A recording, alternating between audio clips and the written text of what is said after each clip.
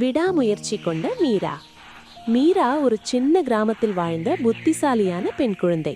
அவளுக்கு புத்தகம் படிப்பது, படம் வரைவது, புது புது செய்திகளை தெரிந்து கொள்வது மிகவும் பிடிக்கும்.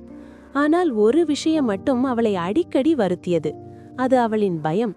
வகுப்பில் ஆசிரியர் கேள்வி கேட்டால் பதில் தெரிந்திருந்தாலும் மீரா கை உயர்த்த மாட்டாள். தவறா சொன்னா எல்லாரும் சிரிப்பாங்களே என்று அவள் நினைப்பாள்.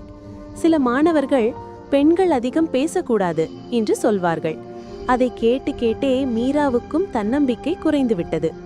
ஒரு நாள் பள்ளியில் அறிவியல் கண்காட்சி நடத்தப்படும் என்று அறிவிப்பு வந்தது. ஒவ்வொரு மாணவியும் ஒரு திட்டத்தை செய்து மேடையில் விளக்க வேண்டும். இதை கேட்டதும் மீரா பயந்தாள். நான் வேண்டாம் என்று முடிவு செய்ய போனாள்.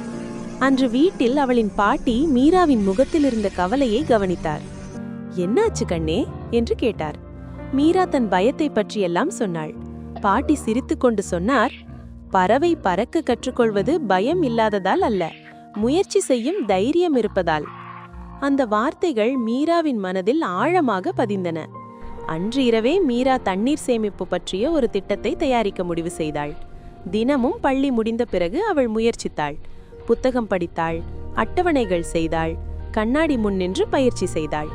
சில நேரம் தவறுகள் நடந்தாலும் அவள் ஒருபோதும் கைவிடவில்லை. கண்காட்சி நாள் வந்தது. மேடை அருகில் நின்றபோது மீராவின் இதயம் வேகமாக துடித்தது.